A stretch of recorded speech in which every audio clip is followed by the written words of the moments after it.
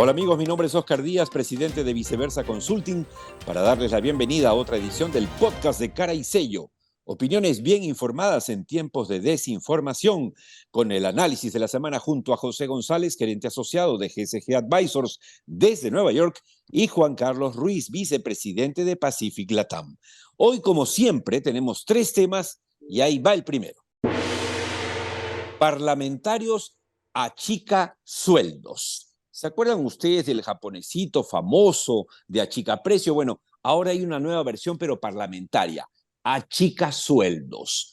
En estos últimos días y semanas, diversos programas han ido presentando denuncias sobre parlamentarios que con absoluta desfachatez le recortan los sueldos a sus empleados. Obviamente porque según ellos en su mentalidad le están haciendo un favor y ellos necesitan ganar más pues porque no les alcanza el sueldito que tienen. Y esto ya no está en un partido, sino en varios partidos, ya no está en un lado de la escena política, sino en ambos lados, de izquierda a derecha. Hoy la última novedad es que se sumó nada menos que una representante de Fuerza Popular, al punto que Fuerza Popular ha tenido que pedir disculpas y decir que se sienten muy avergonzados de tener en sus filas a otra achica sueldos. Pero esto nos permite una reflexión aquí para el podcast de Caricello y por eso quisiéramos las opiniones de Juan Carlos Ruiz y José González a propósito de este tema. Juan Carlos. Siempre que hay un periodo de ruptura, digamos, institucional, en donde este modelo que durante los últimos 30 años nos permitió crecer, pero no lograr ni redistribuir adecuadamente la generación de riqueza, ni lograr una inclusión masiva de las grandes mayorías en el Perú, siempre que hay esas rupturas, ocurren distintas versiones de actores, algunos que van a tratar de ser institucionalistas, y recuperar o tratar de recuperar la institución, y otros como estas versiones lumpen de la informalidad política que la podemos encontrar en todos lados. Ojo, no me equivocaría, y estoy seguro que ustedes coincidirán conmigo en que estos 3 casos aislados, entre comillas aislados, que han sido denunciados en los medios, puede convertirse tranquilamente, y si se hace una investigación exhaustiva, en 30 o 40 casos por lo menos Totalmente, dentro del Congreso, totalmente, por ¿no? supuesto. Ya son en realidad como 6, pero efectivamente, y lo decíamos ayer para RPP, pueden ser perfectamente 30 o más. Y vamos, esto tiene que ver, José, con el hecho de que no hay reforma política, de que tenemos partidos que son vientres de alquiler y que responden realmente a intereses mezquinos como los que se han tumbado a la SUNEDU, y son gente que en realidad tú ves que juramentan el cargo y al día siguiente ya se están saliendo los partidos para hacer lo que les viene en gana. O sea, esto es increíble y ojalá pueda terminar pronto. Demuestra además claramente por qué la gente rechaza absolutamente el Parlamento. Es decir, además es un Así Parlamento es. totalmente disfuncional, inútil, no legisla, no hace política, se alinea con sectores extremadamente conservadores. Siempre habíamos dicho que el Perú es un país conservador por naturaleza, pero esto ya es Así es. conservadurismo lumpen en extremo, ladrón, pericote, sí, y además saqueando el ingreso de sus propios asistentes, en función de qué, además, le están haciendo un favor, entonces no deberían tener asistentes y ese dinero debería revertir al presupuesto del Parlamento para usarlo en cosas más útiles, que los parlamentarios se compren casas o automóviles o hagan viajes más o menos inútiles, ¿sí? Es un poco ese deterioro de la clase política peruana, que no solo es peruana, digamos, los legislativos latinoamericanos en general son hoy día de una pobreza muy grande, incluso en los Estados Unidos. La disfuncionalidad política en Washington es también obvia, con sectores tan radicales como que esta semana, no sé si han visto el caso, se filtran unos documentos secretos del Pentágono sobre la guerra en Ucrania, el que los filtra termina siendo un muchachito de 21 años, que era un técnico de computadoras de la Fuerza Aérea, me parece, tomó unas fotos con su teléfono, las colgó en un chat de 200 panas, amigos, Dios. radicales, lo detiene el FBI y una parlamentaria del Partido Republicano que apoya a Trump lo defiende. Claro. Entonces, se ha armado un escándalo en los Estados Unidos porque cómo defiende ella a alguien que ha violado una ley fundamental que es la de secretos de Estado en el De país. Estado. Digamos que el problema es más o menos universal en estos días en términos de lo que está pasando en los legislativos. Ahora, Sí. no hay que Juan olvidar, Carlos. Oscar y José, que además esto responde a una batalla política que se da en el escenario, digamos, de pensando en las próximas elecciones, en donde la izquierda moderada, o mejor dicho, la tecnocracia de la izquierda moderada, al verse desplazada de los sitios del poder donde tenían sus cajas chicas, ¿no? Digamos, su financiamiento a través de consultoría o su otras cosas, ha generado esta arremetida de denuncias mediáticas, porque tienen mucha presencia en medios de comunicación, contra los demás partidos y todo el sistema.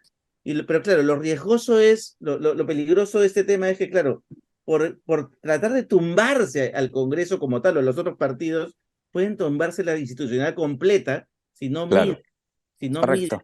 Y Juan el Carlos, calibraje que denuncian. ante su así propia es. disfuncionalidad y ante las demandas que están recibiendo ciertos sectores de esa propia izquierda tecnocrática, también por malos manejos, Por supuesto, fondos por supuesto. no probados, es decir, Y por corrupción igual, o sea, es decir, correcto, estamos sí, sí, sí. viendo corruptos pelear contra corruptos, Hay y techo de claro, vidrio. y sí, totalmente, por todos lados. Y volvemos que el retorno de Toledo, sin exagerar y caer en el discurso de extrema derecha, y lo que diga o no diga el Ujú.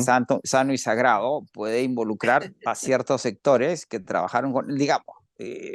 Claro, Ahora, hay que ser claro. positivo y esto es una gran transición global a generar generar una nueva generación de legisladores que estén a la altura de las circunstancias. Ojalá, permítanme ir al segundo tema. Cuando Keiko cayó, no de caer, de callar al gobierno. La semana pasada, amigos del podcast de Cara y Sello, justamente hablamos con Juan Carlos y José sobre el tema que nos parecía bastante exagerado, todo el despliegue ¿no? de centenas de personas de la Fiscalía para tomar, incautar los bienes del señor Joaquín Ramírez, no porque creamos que el hombre es inocente, por cierto, y lo dijimos claramente, sino porque nos parecía casi una cortina de humo desproporcionada. Y dijimos que lo más probable es que Keiko, al ser vinculada con él, pudiese blandir un cuchillo, por lo menos frente al gobierno, para decir, cálmense, ¿no? ¿Qué es esto? ¿Qué pasó? ¿Somos amigos o no? Y es exactamente lo que pasó. Ella se manifestó y dijo, no puede ser que el gobierno se meta. Salió el primer ministro a decir, no, tranquilo, nosotros no nos metemos en estas cosas, no tenemos nada que ver. Y por supuesto callaron y desautorizaron al ministro del Interior que se mandó, quien también reculó y pidió disculpas. ¿O no, Juan Carlos? Se la pusieron en bandeja, ¿no? Es decir, la torpeza, y esto ya lo tengo casi confirmado, así casi confirmado, es que el operativo este fue coordinado entre la gente de Otárola y la gente del fiscal Vela. Y no habían informado ninguna de sus cabezas, es decir, ni la presidenta Boluarte, ni la presidenta, o por ejemplo, la fiscal de la Nación, sabían de la magnitud del operativo. Entonces, ahorita la fiscalía iba a decir una disura, hay un enfrentamiento brutal. El fin de semana están a gritos, han agarrado Patricia Benavides con Vela, Mm.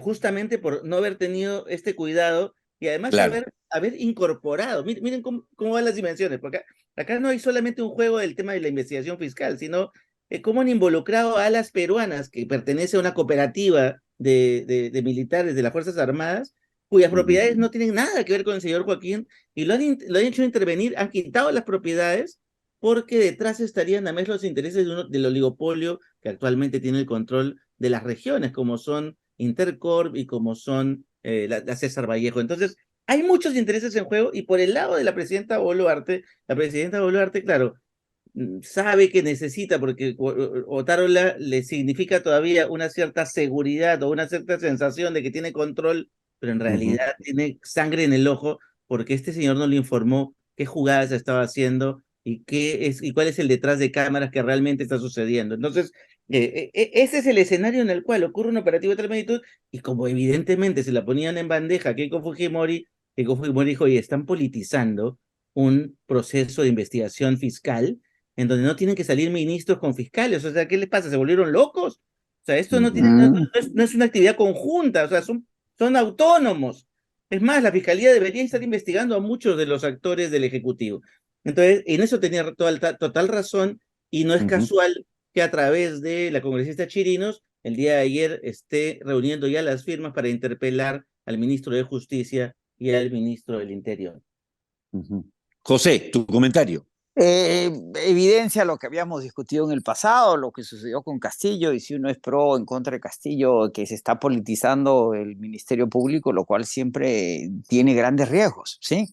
La justicia, particularmente en su aspecto fiscal, debería ser lo más neutral posible, sin que se pueda evitar que tenga ciertos aspectos políticos.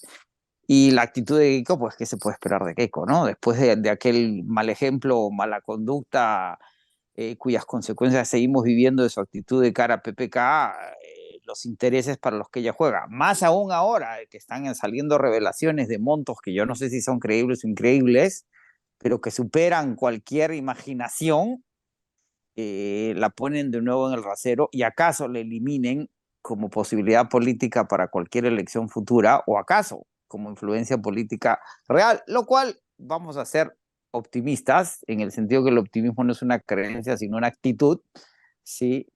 De que pase lo que pase, creo que vienen tiempos mejores en el país y necesitamos limpiar todo este desorden para prepararnos un ciclo que, particularmente en lo económico, como lo hemos hablado en Tierra Adentro el domingo, Oscar, puede ser muy positivo para el país. Sí, y parece que, como habíamos hablado también aquí, Juan Carlos, la peor tormenta ya pasó para la presidenta Boluarte, se está Sí. sentando, obviamente siempre habrán problemas, siempre habrá escándalos o escandaletes, pero vemos claramente como que, digamos, lo peor de la tormenta pasó, ¿no es cierto? Sí, sin duda, yo creo que está firme en el rumbo al 2026. Hay muchas voces que salen en los intermedios de cada semana de este podcast en donde dicen, no, ya se viene su caída, Sí. difícilmente llegará al 2026, Sí. pero curiosamente siempre son voces de esa izquierda moderada que ha sido desplazada del poder, ¿no? Ahora, Creen que sus efectivamente, sueños se pueden hacer realidad, ¿no? Simplemente porque lo efectivamente. formulan. Ahora que lo mencionas, agradecer, por supuesto, a todas las personas que gentilmente nos escuchan todas las semanas, sea por YouTube o Spotify, y que nos siguen desde hace 2 años y que en el extranjero mucho dicen, bueno, me voy a poner al día lo que pasa en el Perú escuchando el podcast de Cari Sello. Aquí nosotros no somos ni más ni menos inteligentes que nadie. Lo que sí tratamos de hacer los tres es darles opiniones bien informadas y más allá de lo que dicta nuestro corazón, porque aquí, como un médico, no importa qué siente uno, sino cómo lee la situación, cómo diagnostica para poder dar opiniones. Y con eso nos vamos al tercer y último tema. 400 días de la guerra en Ucrania. En realidad son como 420, pero vamos, son 400 días. ¿Quién mejor que José González para que nos haga un resumen de cómo está tomando hoy el mundo, cómo encuentra estos 400 días de la guerra en Ucrania? Como mencionábamos el domingo también, Oscar, en Tierra Adentro, el Fondo Monetario Internacional modifica sus perspectivas de crecimiento para este año y el próximo, y toca el tema de la guerra en Ucrania como uno de los elementos desestabilizadores geopolíticamente que puede llevar a un fraccionamiento económico global, no tanto por la guerra en sí, sino porque el efecto que ha tenido en las tensiones entre los Estados Unidos y China. Rumores en las últimas 48 horas de que China podría invadir inminentemente Taiwán no son creíbles, pero hay una tensión muy grande. Y China obviamente ha utilizado la invasión de Rusia a Ucrania como una piedra de toque para probar qué sucede a nivel global, cómo responden las distintas partes y qué va a generar eso. Y estas tensiones no van a desaparecer. En el lado más o menos positivo, el precio del gas, que subió 400%, está por debajo del nivel antes de la invasión. El petróleo ha subido Ajá. ligeramente, pero no lo suficiente, o sea, sigue a niveles de 80, pero por decisiones del OPEP más que por la guerra. No ha habido hambruna. El mundo como que se reorganizó y se realineó. Y hoy día Claro. tiene más impacto en las dinámicas globales, la transición energética, la presión sobre los metales críticos, la presión inflacionaria que no alivia, y el aumento en las tasas de interés que pone presión en los sectores financieros. Ahora, ¿qué pasa con la guerra en sí? A 400 días de iniciar la guerra, pareciera que se va a optar una guerra de posiciones en el Donbass, en el sur de Ucrania. Parece la gran guerra del 14 al 18, la guerra de las trincheras, que fue terriblemente así es. destructiva, pero en que se da una guerra de posiciones y no se mueve ni un lado ni el La otro. que refleja la película Sin Novedad en el Frente. Correcto. Y respecto a la Primera Guerra Mundial. Es como la Primera Guerra Mundial, pero en el siglo XXI. Revelan estas filtraciones de los papeles del Pentágono que han muerto 220.000 soldados rusos, 120.000 soldados ucranianos. Hay que recordar que durante toda la guerra de Vietnam, que duró 10 años en su etapa más conflictiva, 15 años del rol de los Estados Unidos, perdieron la vida 58.000 soldados americanos. Es decir, el nivel de muertes es altísimo, pero altísimo. Y para ir al bottom line, como se dice en América Latina, no hay solución aparente. Ni los rusos van a ganar la guerra, ni los ucranianos pueden plantear una contraofensiva que expelan a los rusos. Y en esta guerra de trincheras del siglo XXI y su terrible mortandad y su terrible destrucción, solo va a ser resuelta cuando hay un acuerdo entre las partes. Los acuerdos de París para la paz en Vietnam tomaron 5 años. Si ese fuese el caso en Ucrania, 5 años de una guerra que va a seguir sembrando inestabilidades y muerte en Occidente y con efectos globales, es más o menos lo que nos espera. Con esto, José González, Juan Carlos Ruiz y Oscar Díaz, les decimos gracias y los invitamos a acompañarnos en la próxima edición del podcast de Cara y Sellos. Si les gustó, suscríbanse y escúchenos en YouTube. Salvo Mejor Opinión.